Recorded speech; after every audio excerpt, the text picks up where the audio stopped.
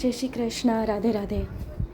વૈષ્ણવ, મેં આંબાની એટલે કેરીની ઘણી બધી સામગ્રીઓ શેર કરી છે, તો જેમાંથી કેરીનો માવો કેવી રીતે કરાય ઘણા વૈષ્ણવ કમેન્ટ કરી રહ્યા છે. તો આજે નંગમાં 3 નંગ અમે હાપુસ કેરી લીધેલી છે, બરાબર છે.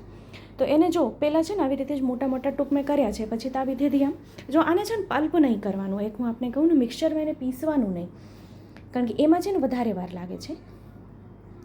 તો આવી રીતે 3 નંગ મેં લીધા, એને મોટા મોટા વાળા ટૂંક કરી લીધા છે. અને કઢાઈ હંમેશા છે ને જાડા તળિયાવાળી લેવાની, કારણ કે જો આછા તળિયાવાળી લે તેમાં તરત જ નીચે બેસી જશે. તો આવી રીતે તાવેથી જ એને આમ છૂંદો કરી લેવાનું. પછી ગેસ પર મૂકીને આપણે એને ધીમી આંચે આપણે એને ચડવા દેવાનું છે અને એને ચલાવતા રહેવાનું છે.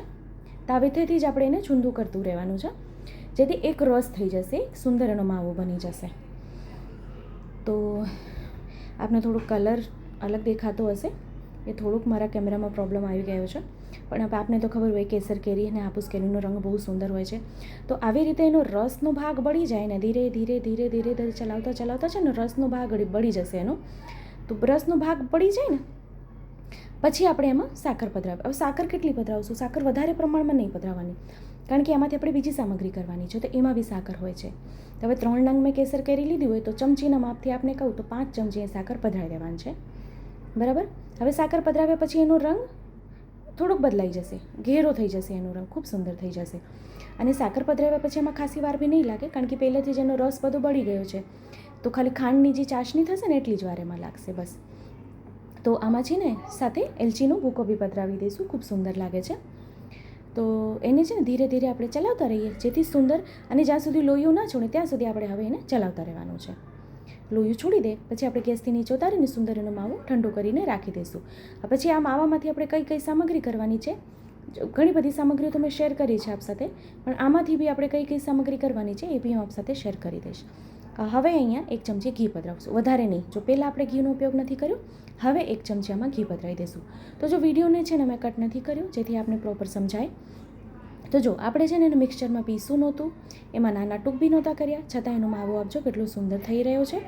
ધીરે ધીરે ચલાવતા ચલાવતા જે આપણે વચ્ચે વચ્ચે થોડાક ટુકડા બી દેખાય છે ને એ એકદમ રસ થઈ જશે, એક રસ થઈ જશે ચલાવતા ચલાવતા, અને સુંદર માવાનું એનું ટેક્સચર આવી જશે. તો આપણે એક કેરીનો માવો જો સિદ્ધ કરી લીધો હોય ને, તો એક કેરીના માવામાંથી આપણે કેટલી બધી સામગ્રી સિદ્ધ કરી શકાય છે.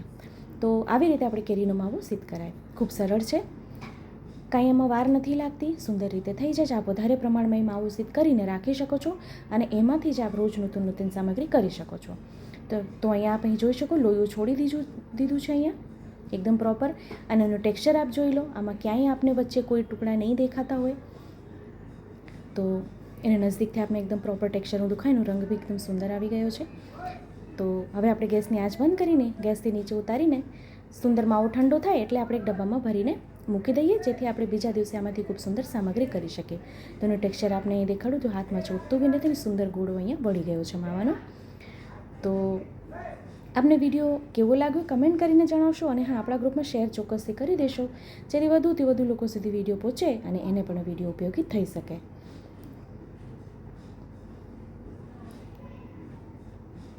ને ચેનલ પર નવા આવ્યા હોય તો ચેનલને સબસ્ક્રાઈબ કરશો, બેલ આઇકન હિટ કરશો, જેથી જ્યારે બી કોઈ વિડીયો અપલોડ કરું તો આપ સુધી નોટિફિકેશન આવી જાય. તો અહીં ખૂબ સુંદર અને સરળ રીતે કેરીનો માવો સિદ્ધ થઈ ગયો છે. તો આપણે આ માવામાંથી ઘણી બધી સામગ્રી સિદ્ધ કરશું, એનો વિડીયો હું આપને આગળના વિડીયોમાં દેખાડીશ. તો આપણે ફરીથી મળશું આવી રીતે જ નવા વિડીયો નવી સામગ્રીની સાથે. ત્યાં સુધી આપ સૌને મારા જય શ્રી કૃષ્ણ.